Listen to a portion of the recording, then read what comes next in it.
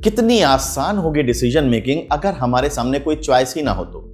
सिर्फ एक ही ऑप्शन हो और वही हमें चूज करना हो, उसके अलावा हमें कोई दूसरा ऑप्शन दिया ही ना गया हो। लाइफ कितनी आसान हो जाती ना अगर हमें डिसीजन मेकिंग के झंझट से जूझना नहीं पड़ता तो।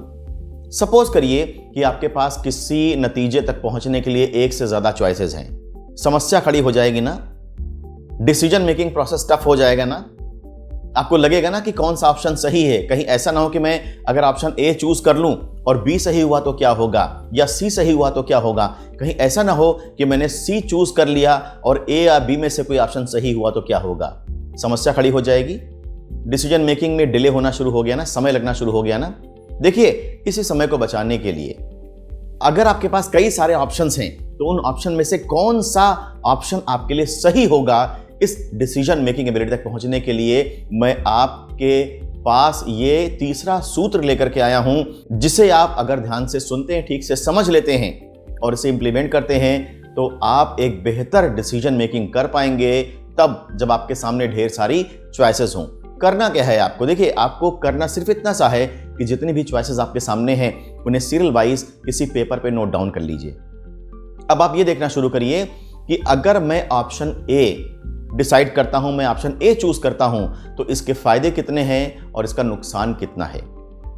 आपके ऑब्जेक्टिव को फुलफिल करना चाहिए। जो भी डिसीजन आप लेने वाले हैं उसका जो भी अंडरलाइंग ऑब्जेक्टिव है वो ऑब्जेक्टिव को फुलफिल करना चाहिए। ये बात आपको ध्यान में रखनी है।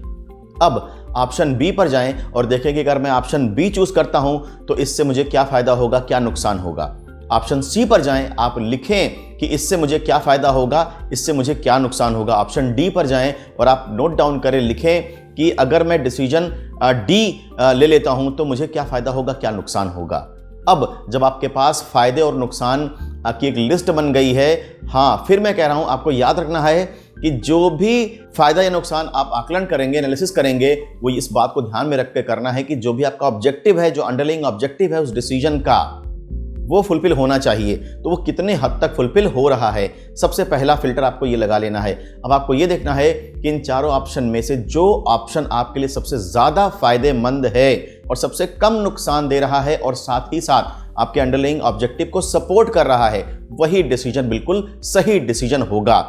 अगर आपके पास डिसीजन लेने का समय है तब तो आप ये तरीका इस्तेमाल कर सकते हैं, लेकिन अगर आपके पास डिसीजन लेने का समय नहीं है, आपको इमीडिएट डिसीजन लेना है, क्विक डिसीजन मेकिंग करनी है, तो उस समय फिर मैं कहूंगा कि आपको अपने सहज बोध, सहज बुद्धि, अंतर्ज्ञान और इंट्यूशन पे भरोसा करना होगा, अपनी गट फीलिंग पे भरोसा करना होगा।